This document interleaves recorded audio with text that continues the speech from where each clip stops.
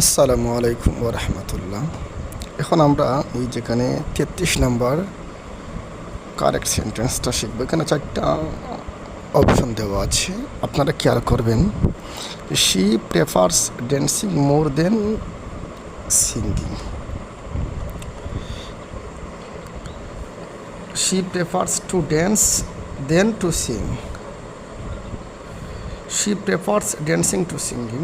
She prefers dance to sing. দেখেন এখানে prefers হচ্ছে মূল ওয়ার্ড সাবজেক্টের পরে। তো প্রেফার্স বা প্রেফার এমন একটা শব্দ যার অর্থ হচ্ছে অধিকতর পছন্দ করা।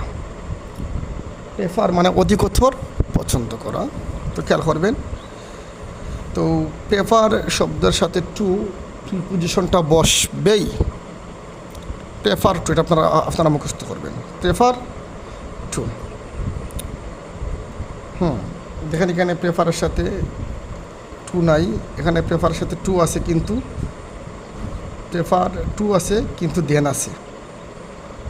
এখানে প্রেফারের সাথে টু আছে, এখানে টু আছে। তো যেহেতু প্রেফার শব্দের সাথে টু প্রিপোজিশনটা বসবে, তাহলে কোনটা সঠিক? নাম্বার 2 দেখেন, টু এর আগে এবং পরে ভার্ব একই হওয়া লাগবে। 3 হচ্ছে প্রেফার শব্দ বাক্যে থাকলে দেন এবং মোর দেন হবে না। তো এই 3টা জিনিস যার মধ্যে বিদ্যমান থাকবে সেই জিনিসটাই হচ্ছে, সেই বাক্যটাই হচ্ছে সঠিক হবে। দেখেন প্রেফারের সাথে টু থাকবেই। দেখেন নাম্বার সি, দেখেন C correct. She prefers, to আছে না নাই? আছে।